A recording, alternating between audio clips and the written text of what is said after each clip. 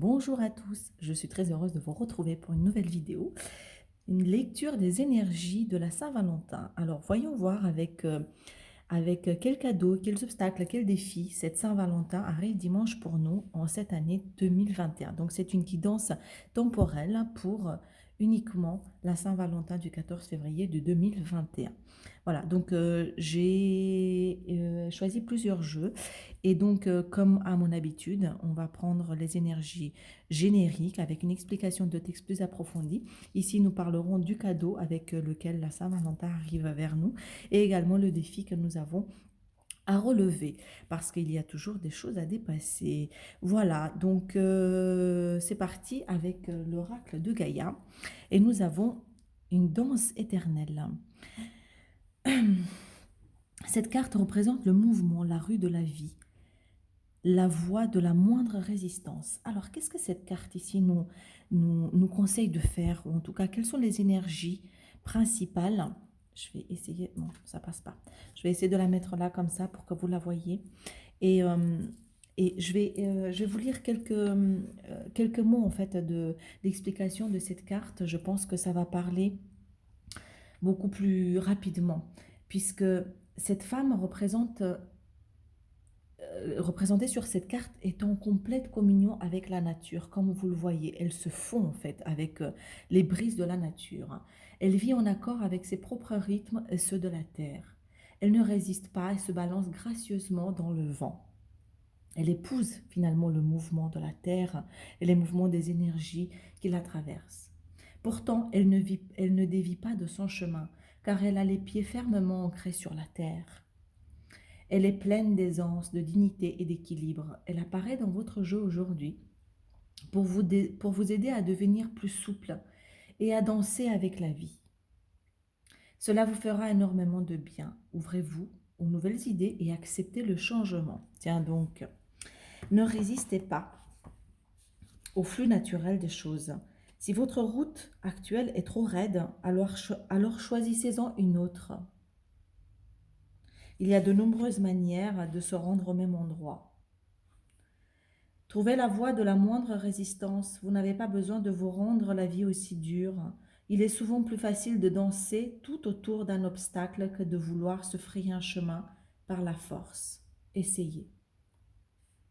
Alors, en somme, on nous dit d'épouser le mouvement, mais surtout d'arrêter de focuser sur les obstacles qui se présentent à nous et peut-être voir créer des ouvertures, créer d'autres opportunités pour rejoindre, en tout cas pour aller sur le but que vous êtes fixé. Et si vous avez des difficultés, notamment que vous soyez célibataire ou en couple, euh, peut-être les contourner. Alors, comment les contourner? En restant totalement ancré et surtout connecté à soi-même, puisque ce sont des énergies qui viennent et qui repartent. Comme vous savez, l'impermanence des choses, il y a des choses qui nous traversent, mais qui viennent forcément nous accrocher sur certaines de nos problématiques, certaines de nos blessures et sur les choses sur lesquelles nous avons besoin de travailler. Donc, laisser ce vent, cette brise nous traverser ou en tout cas passer à côté de nous et surtout rester ancré. Voilà, alors je vais la mettre là comme ça. Voyons voir les explications avec l'oracle des flammes jumelles. Euh, et nous avons, donc en fait, c'est ce qui va expliquer plus profondément cette carte. Bon, on ne la voit pas très bien, ça fait pas très bien le focus. Nous avons les défis. On a déjà des défis à relever, hein. On a l'ancrage, tiens donc, le poignard. Alors regardez comment ils sont tellement explicites juste par rapport à ce que je viens de vous lire.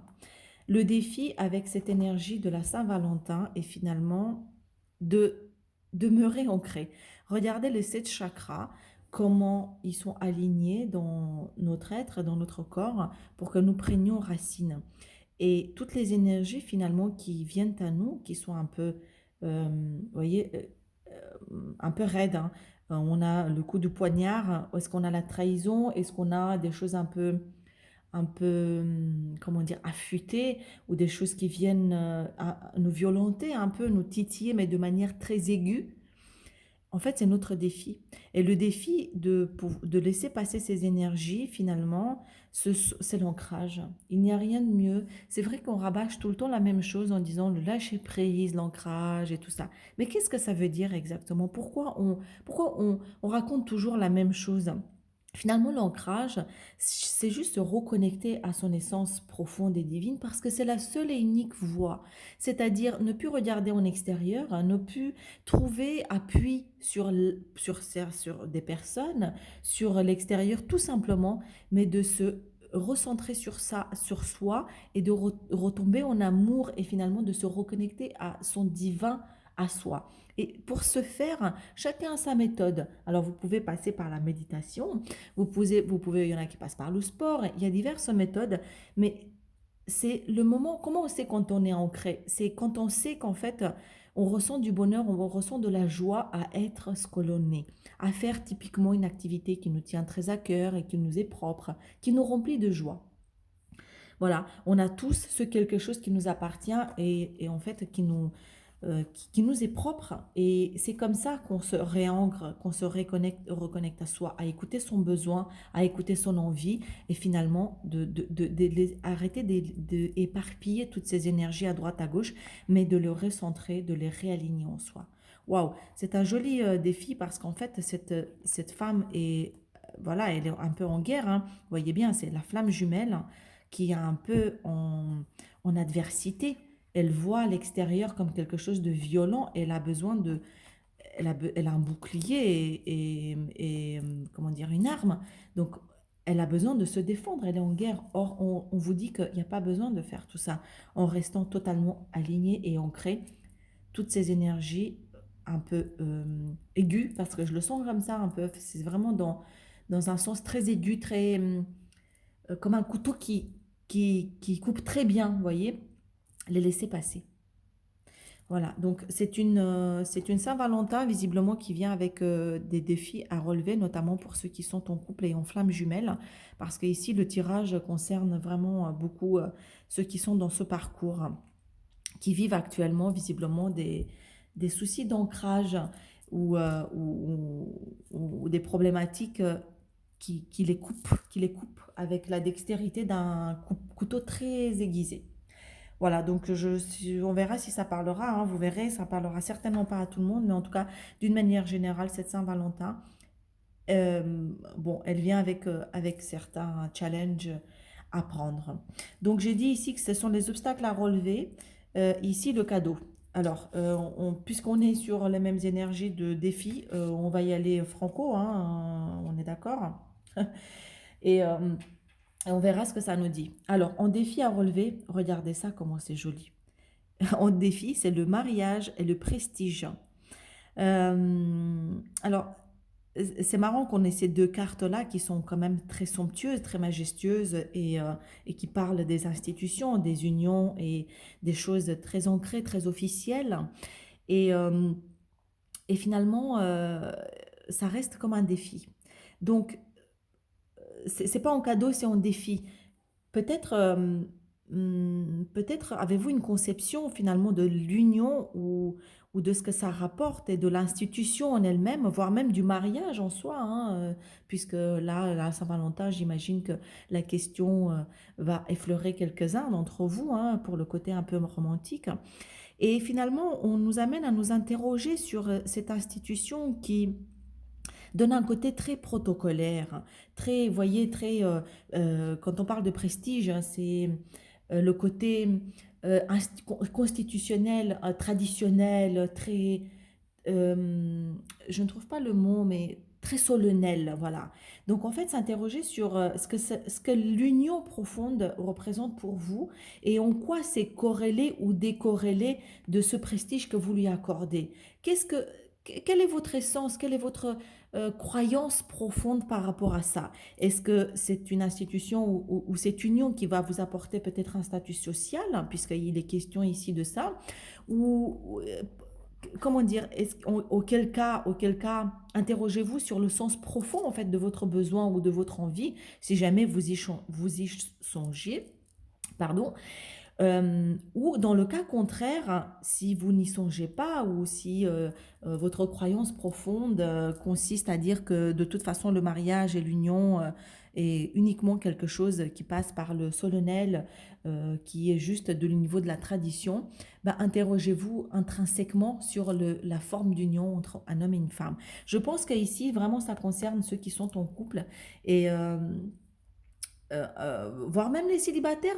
En fait, le défi, c'est de se dire peut-être qu'il y a une envie cachée quelque part, quand on est en couple, de passer peut-être à quelque chose d'un peu plus solennel, d'un peu plus engageant. Et pour ceux qui ne le sont pas, pour les célibataires, hein, peut-être de s'interroger sur le vrai désir et sur la vraie envie. Peut-être voir les choses sous un autre angle que jusqu'à maintenant. Voilà, donc la question, la question, elle est sérieuse ici, entre l'union, le mariage et ce que ça représente en votre croyance profonde par rapport à, au mariage, à l'union aux yeux du monde.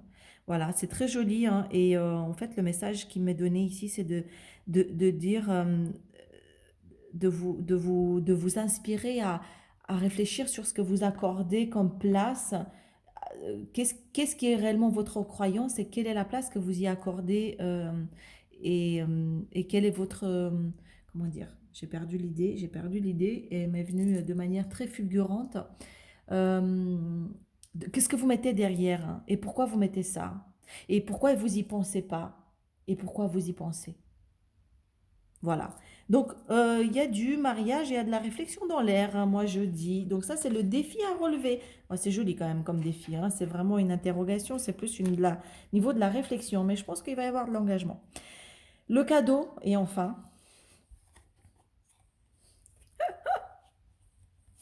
alors regardez, j'ai l'arme et l'épreuve. En fait, regardez, c'est comme si ces deux paquets étaient inversés, hein. On pourrait aussi dire le cadeau est là, le mariage avec le prestige, et là c'est le défi à relever. Alors qu'en fait c'était inversé, hein. Mais en fait on peut aller dans les deux sens, hein. C'est-à-dire que le cadeau que nous apporte la Saint-Valentin, c'est on nous dit que ça y est, le fait de faire souffrir, de se faire souffrir, de se poignarder, de poignarder l'autre finalement dans un but uniquement ou d'ouvrir la plaie de sa blessure profonde, c'est une épreuve qui est terminée. C'est-à-dire que vous voyez le Graal au fond de la salle, au fond du chemin, en tout cas au bout du chemin, et on nous dit que, en tout cas, c'est terminé pour les énergies de sacrifice et de souffrance arrivent à la fin. Et regardez comment c'est joli. Vraiment, hein, je pense que c'est un joli cadeau que les guides nous font cette fois-ci. C'est de nous dire que finalement, nous avons traversé ces épreuves, hein, ce labyrinthe, hein, avec le fil d'Ariane, hein, je ne sais pas si vous connaissez, avec cette espèce de se débattre psychologiquement, hein, pour trouver l'issue finalement, puisque ce n'est uniquement qu'un combat avec soi-même pour enfin voir la lumière, cueillir la rose, en tout cas avoir le cadeau. Et, euh, et ici, entre le défi ou le cadeau, finalement, on pourrait faire le parallèle pour dire que bah, ce qui nous attend, c'est de l'engagement profond, c'est de l'union profonde avec un couronnement de succès aux yeux du monde, hein, en pleine lumière, alors qu'ici, on est sorti du labyrinthe, on est sorti du noir. C'est vraiment très joli, hein. C'est un très joli message, vous voyez, qui peut être complètement alterné parce que c'est, euh, ça va ensemble. Voilà. Je pense que je vais m'arrêter là. J'espère que ça aura résonné en vous. N'hésitez pas à me laisser en commentaire, à liker, partager ou vous abonner si ce n'est pas déjà fait. Je reviens très bientôt avec une autre vidéo. Je vous souhaite une très jolie Saint-Valentin et n'oubliez pas que la clé est toujours en vous. À très bientôt.